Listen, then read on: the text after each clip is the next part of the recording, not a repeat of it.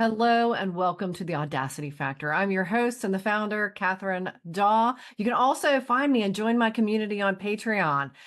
You can join at the free membership level. There are resources and community available for you there. Also, there are two paid membership levels. One's the village level, which is only $3 a month. And there's another one, it's a patron level, which is $10 a month. I would love for you to even just check it out. You know what to do with the QR code above my head here. So check it out, and I would love to see you there on our community and Patreon. So today, the Audacity Factor, as I've said so many times, is about courage. Courageous action and can look like so many different things. It looks like something. It sounds like something. The beliefs are something specific, maybe. When I think of courage, bravery can often come into the dynamic there. It is brave to act courageously. Courage, I believe, gives substance to our bravery because we have to do something to appear courageous. And whether that's speaking up, standing up for someone else, standing up for ourselves, standing up for what's right and good, and standing up kind of for the whole as opposed to um, being divisive or supporting fear mongering or that's not courage. That's an acquiescing to kind of a fear sensed guideline that if you don't do this, you're going to be punished in some way.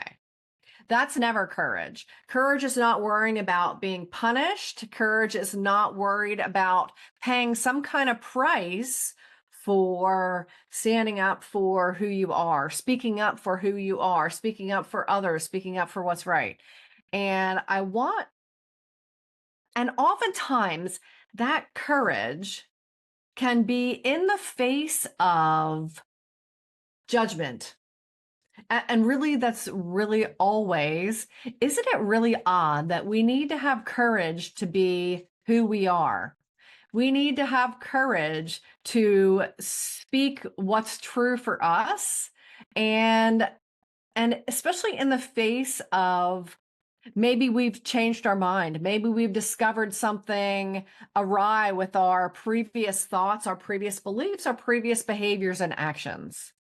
And now it can take real courage to, number one, want to look at that, to question our thoughts, our beliefs, our past behaviors. Because all of that has gotten us to where we are right now. So if we don't like where we are, then what is it that we can do differently? What is it that we can think differently? What is it that we can believe differently? How is it that we can act differently? Because as you know, I always say, without the action, it doesn't become real. It's only latent possibility. So I challenge you to question your beliefs, question your thinking, and to be courageous to stand up for what you know is right, because we ultimately know the difference between right and wrong. We can be so afraid of the truth. And I guess I don't really understand how that's come about. I guess it's, in regard to we've been punished for what our feelings are, what our thoughts are, what our beliefs are, if they don't fit in with kind of whatever norm we've grown up in, whatever influence we've had around us from the very beginning. And no, as an adult, we get to choose. It doesn't matter what our parents did. It doesn't matter what our grandparents did. Has it formed some of our thinking and our beliefs and our behaviors? Absolutely. But are we choosing them for ourselves, or are we just saying, well, this is how we've always done it in this family? It takes courage to go against the norm, to stand up for yourself and what you believe in, what you believe to be right, and admitting if you were wrong previously. It took me a long time to step out of the victim mentality, um, because my experiences, they happened. However, it in me staying in that mentality directly reflected then in my continued experiences in my life, where I continue to find experiences where I was victimized.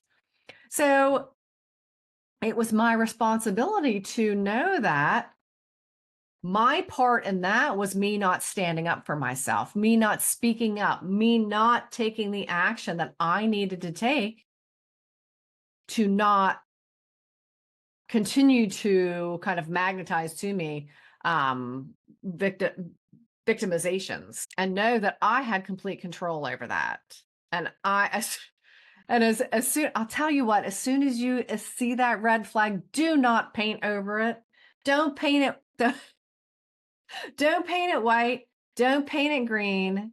Recognize it for what it is. And if you discover around you maybe a community that you thought you fit into that kind of consists of maybe previous thinking patterns that you had or previous belief patterns, but the actions that are being taken are not aligned with you, you don't feel good about it, it is okay to change your mind. Not only that, it is your responsibility to change your mind, your beliefs, then and your behavior.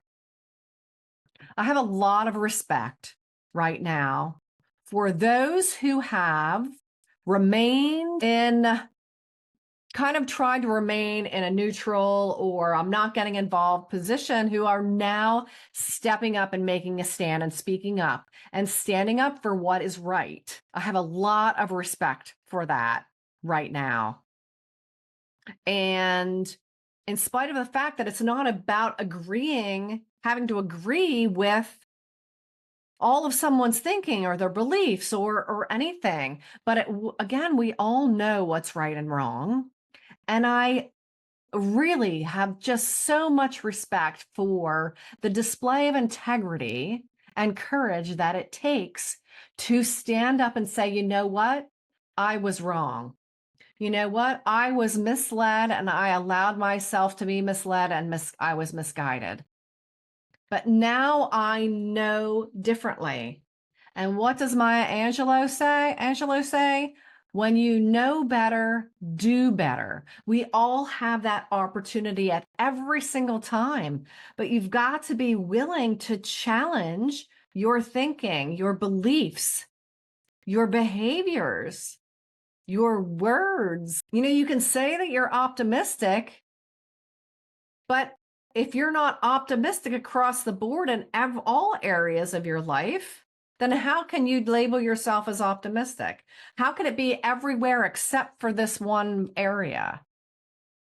I challenge you to really look at that and say, okay, well, what in this area is triggering me to be pessimistic instead of my normal optimistic, fun-loving, outgoing behavior, where I want to think the best, where I have this innate generosity normally, and I'm describing someone in particular here, that how can I be missing? What's in the way of it? And that's always going to be the case, is that you're putting something in the way of it.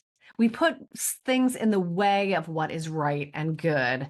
We put things in the way of love. We put things in the way of forgiveness, in the way of compassion.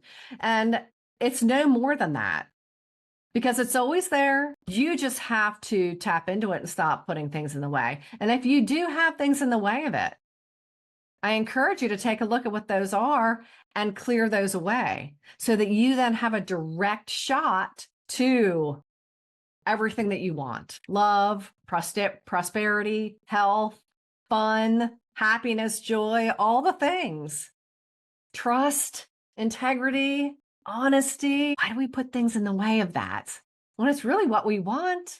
We don't actually want to be in fear, do we? Do you? I know I don't.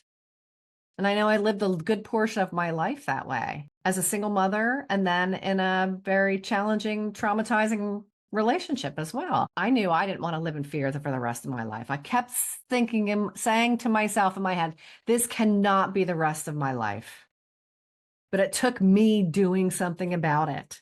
We have to do something, right? We have to do something to make something real. So what will you make real for you today? What will you do to start clearing your path to everything that you want in order to feel good about your life and feel good about yourself? Because it's where so much of it starts, is our inability to feel good about ourselves, which is just such a shame.